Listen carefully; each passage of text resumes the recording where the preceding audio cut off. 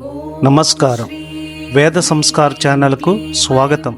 మన ప్రాచీన తంత్రశాస్త్ర గ్రంథాలైన తంత్రరాజతంత్రం, శారదా తిలకతంత్రం మరియు మంత్ర మహోదధి వంటి గ్రంథాలలో అత్యంత శక్తివంతమైనదిగా, మహిమాన్వితమైనదిగా పేర్కొనబడిన మహాలక్ష్మీ నవాక్షరి మంత్రం, కమలవాసిని మంత్రం, లక్ష్మీ ధనాకర్షణ మంత్రాలన్నిటిలోకి అత్యంత విశేషమైన ఈ అద్భుతమైన మంత్రాన్ని ఈరోజు మనం సంపూర్ణ నమ్మకంతో, నిష్ఠతో 108 సార్లు జపం చేస్తూ ఆ మహాలక్ష్మీదేవిని ధ్యానిద్దాం.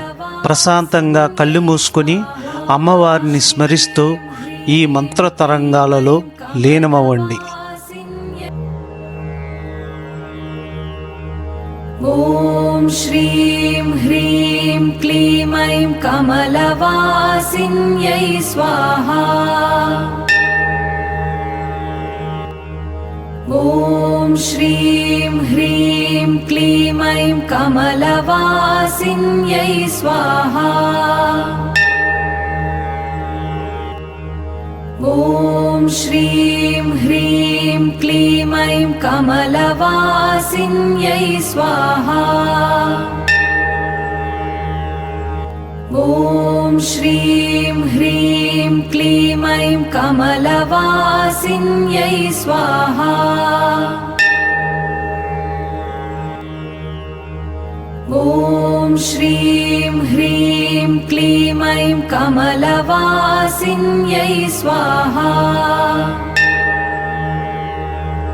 ఓం శ్రీం హ్రీం క్లీం ఐం కమలవాసిన్యై స్వాహా. ఓం శ్రీం హ్రీం క్లీం ఐం కమలవాసిన్యై స్వాహా. ఓం శ్రీం హ్రీం క్లీం ఐం కమలవాసిన్యై స్వాహా. ఓం శ్రీం హ్రీం క్లీం ఐం కమలవాసిన్యై స్వాహా. ఓం శ్రీం హ్రీం క్లీం ఐం కమలవాసిన్యై స్వాహా. ఓం శ్రీం హ్రీం క్లీం ఐం కమలవాసిన్యై స్వాహా. ఓం శ్రీం హ్రీం క్లీం ఐం కమలవాసిన్యై స్వాహా. ఓం శ్రీం హ్రీం క్లీం ఐం కమలవాసిన్యై స్వాహా. ఓం శ్రీం హ్రీం క్లీం ఐం కమలవాసిన్యై స్వాహా.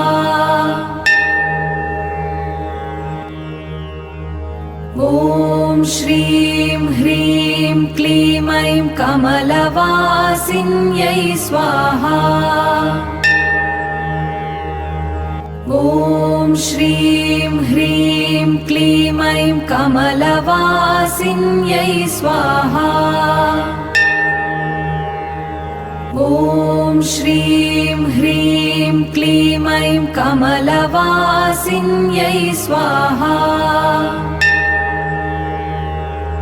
ఓం శ్రీం హ్రీం క్లీం ఐం కమలవాసిన్యై స్వాహా. ఓం శ్రీం హ్రీం క్లీం ఐం కమలవాసిన్యై స్వాహా. ఓం శ్రీం హ్రీం క్లీం ఐం కమలవాసిన్యై స్వాహా. ఓం శ్రీం హ్రీం క్లీం ఐం కమలవాసిన్యై స్వాహా. ఓం శ్రీం హ్రీం క్లీం ఐం కమలవాసిన్యై స్వాహా. ॐ श्रीं ह्रीं क्लीं ऐं कमलवासिन्यै स्वाहा। ॐ श्रीं ह्रीं क्लीं ऐं कमलवासिन्यै स्वाहा। ॐ श्रीं ह्रीं क्लीं ऐं कमलवासिन्यै स्वाहा। ॐ श्रीं ह्रीं क्लीं ऐं कमलवासिन्यै स्वाहा। ॐ श्रीं ह्रीं क्लीं ऐं कमलवासिन्यै स्वाहा। ॐ श्रीं ह्रीं क्लीं ऐं कमलवासिन्यै स्वाहा। ॐ श्रीं ह्रीं क्लीं ऐं कमलवासिन्यै स्वाहा। ॐ श्रीं ह्रीं क्लीं ऐं कमलवासिन्यै स्वाहा। ॐ श्रीं ह्रीं क्लीं ऐं कमलवासिन्यै स्वाहा। ॐ श्रीं ह्रीं क्लीं ऐं कमलवासिन्यै स्वाहा। ॐ श्रीं ह्रीं क्लीं ऐं कमलवासिन्यै स्वाहा। ॐ श्रीं ह्रीं क्लीं ऐं कमलवासिन्यै स्वाहा।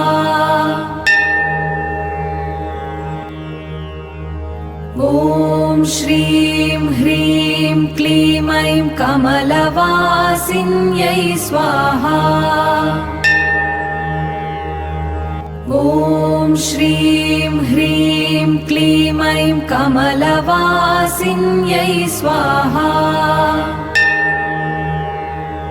ॐ श्रीं ह्रीं क्लीं ऐं कमलवासिन्यै स्वाहा। ॐ श्रीं ह्रीं क्लीं ऐं कमलवासिन्यै स्वाहा। ॐ श्रीं ह्रीं क्लीं ऐं कमलवासिन्यै स्वाहा। ॐ श्रीं ह्रीं क्लीं ऐं कमलवासिन्यै स्वाहा।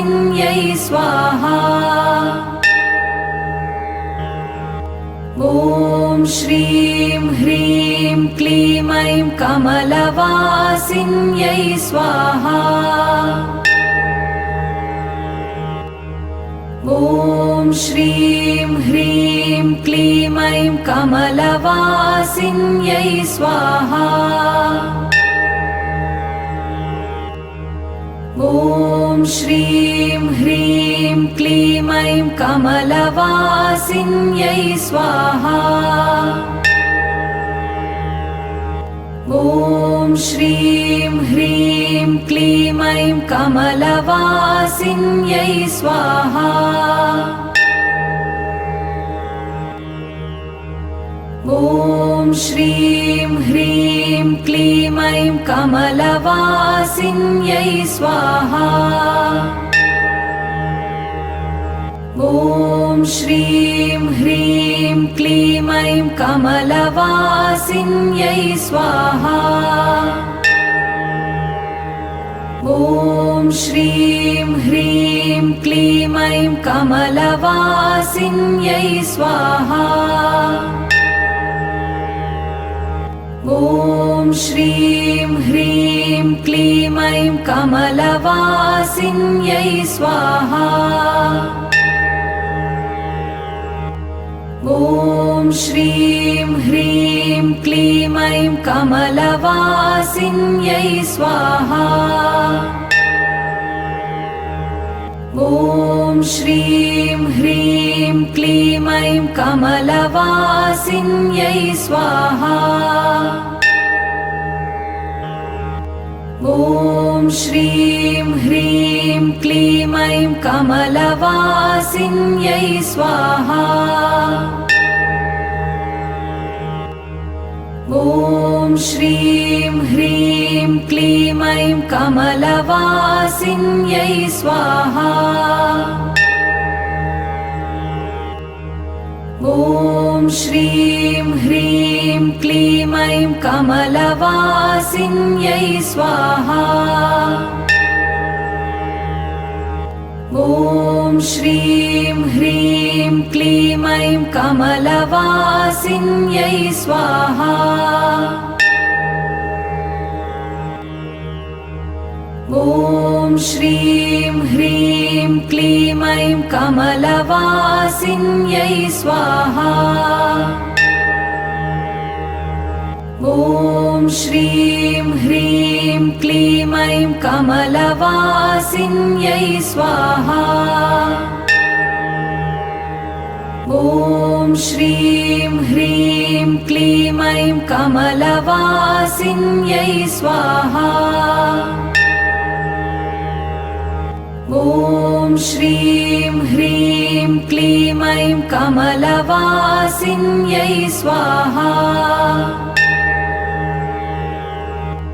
ॐ श्रीं ह्रीं क्लीं ऐं कमलवासिन्यै स्वाहा। ॐ श्रीं ह्रीं क्लीं ऐं कमलवासिन्यै स्वाहा। ॐ श्रीं ह्रीं क्लीं ऐं कमलवासिन्यै स्वाहा। ॐ श्रीं ह्रीं क्लीं ऐं कमलवासिन्यै स्वाहा। ॐ श्रीं ह्रीं क्लीं ऐं कमलवासिन्यै स्वाहा। ॐ श्रीं ह्रीं क्लीं ऐं कमलवासिन्यै स्वाहा। ॐ श्रीं ह्रीं क्लीं ऐं कमलवासिन्यै स्वाहा। ॐ श्रीं ह्रीं क्लीं ऐं कमलवासिन्यै स्वाहा। ॐ श्रीं ह्रीं क्लीं ऐं कमलवासिन्यै स्वाहा। ॐ श्रीं ह्रीं क्लीं ऐं कमलवासिन्यै स्वाहा। ॐ श्रीं ह्रीं क्लीं ऐं कमलवासिन्यै स्वाहा। ॐ श्रीं ह्रीं क्लीं ऐं कमलवासिन्यै स्वाहा। ॐ श्रीं ह्रीं क्लीं ऐं कमलवासिन्यै स्वाहा। ॐ श्रीं ह्रीं क्लीं ऐं कमलवासिन्यै स्वाहा। ॐ श्रीं ह्रीं क्लीं ऐं कमलवासिन्यै स्वाहा। ॐ श्रीं ह्रीं क्लीं ऐं कमलवासिन्यै स्वाहा। ॐ श्रीं ह्रीं क्लीं ऐं कमलवासिन्यै स्वाहा। ॐ श्रीं ह्रीं क्लीं ऐं कमलवासिन्यै स्वाहा। ॐ श्रीं ह्रीं क्लीं ऐं कमलवासिन्यै स्वाहा। ॐ श्रीं ह्रीं क्लीं ऐं कमलवासिन्यै स्वाहा। ॐ श्रीं ह्रीं क्लीं ऐं कमलवासिन्यै स्वाहा। ॐ श्रीं ह्रीं क्लीं ऐं कमलवासिन्यै स्वाहा। ॐ श्रीं ह्रीं क्लीं ऐं कमलवासिन्यै स्वाहा। ॐ श्रीं ह्रीं क्लीं ऐं कमलवासिन्यै स्वाहा। ॐ श्रीं ह्रीं क्लीं ऐं कमलवासिन्यै स्वाहा। ॐ श्रीं ह्रीं क्लीं ऐं कमलवासिन्यै स्वाहा।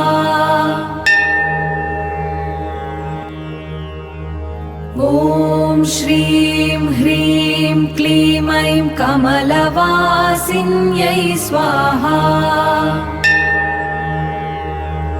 ॐ श्रीं ह्रीं क्लीं ऐं कमलवासिन्यै स्वाहा। ॐ श्रीं ह्रीं क्लीं ऐं कमलवासिन्यै स्वाहा। ॐ श्रीं ह्रीं क्लीं ऐं कमलवासिन्यै स्वाहा। ॐ श्रीं ह्रीं क्लीं ऐं कमलवासिन्यै स्वाहा। ॐ श्रीं ह्रीं क्लीं ऐं कमलवासिन्यै स्वाहा। ॐ श्रीं ह्रीं क्लीं ऐं कमलवासिन्यै स्वाहा। ॐ श्रीं ह्रीं क्लीं ऐं कमलवासिन्यै स्वाहा। ॐ श्रीं ह्रीं क्लीं ऐं कमलवासिन्यै स्वाहा।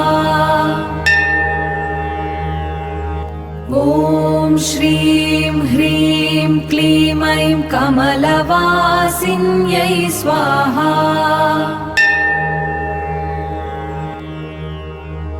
ॐ श्रीं ह्रीं क्लीं ऐं कमलवासिन्यै स्वाहा। ॐ श्रीं ह्रीं क्लीं ऐं कमलवासिन्यै स्वाहा। ॐ श्रीं ह्रीं क्लीं ऐं कमलवासिन्यै स्वाहा। ॐ श्रीं ह्रीं क्लीं ऐं कमलवासिन्यै स्वाहा। ॐ श्रीं ह्रीं क्लीं ऐं कमलवासिन्यै स्वाहा।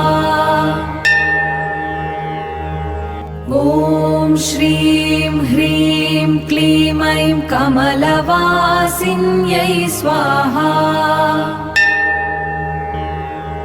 ॐ श्रीं ह्रीं क्लीं ऐं कमलवासिन्यै स्वाहा।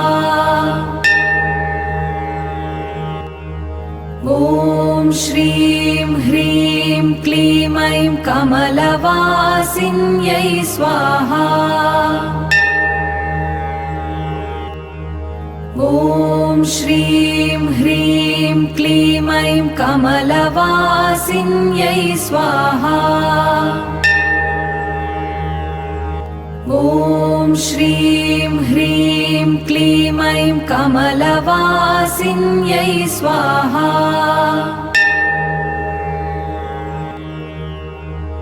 ॐ श्रीं ह्रीं क्लीं ऐं कमलवासिन्यै स्वाहा। ॐ श्रीं ह्रीं क्लीं ऐं कमलवासिन्यै स्वाहा। ॐ श्रीं ह्रीं क्लीं ऐं कमलवासिन्यै स्वाहा। ॐ श्रीं ह्रीं क्लीं ऐं कमलवासिन्यै स्वाहा। ఈరోజు మీరు మహాధనాకర్షణ మంత్రం 108 సార్లు పూర్తి చేశారు. నిత్యం ఈ కమలవాసిని మంత్రాన్ని శ్రవణం చేయడం లేదా జపించడం వల్ల మీ ఇంటిలోని దారిద్ర్య కష్టాలు తొలగిపోయి అఖండ ధనాకర్షణ కలుగుతుంది. మీ జీవితంలో కూడా లక్ష్మీ కటాక్షం సిద్ధించాలంటే ఈ మంత్ర ह्रीं क्लीं ऐं कमलवासिन्यै स्वाहा। ॐ श्रीं ह्रीं क्लीं ऐं कमलवासिन्यै स्वाहा। ॐ श्रीं ह्रीं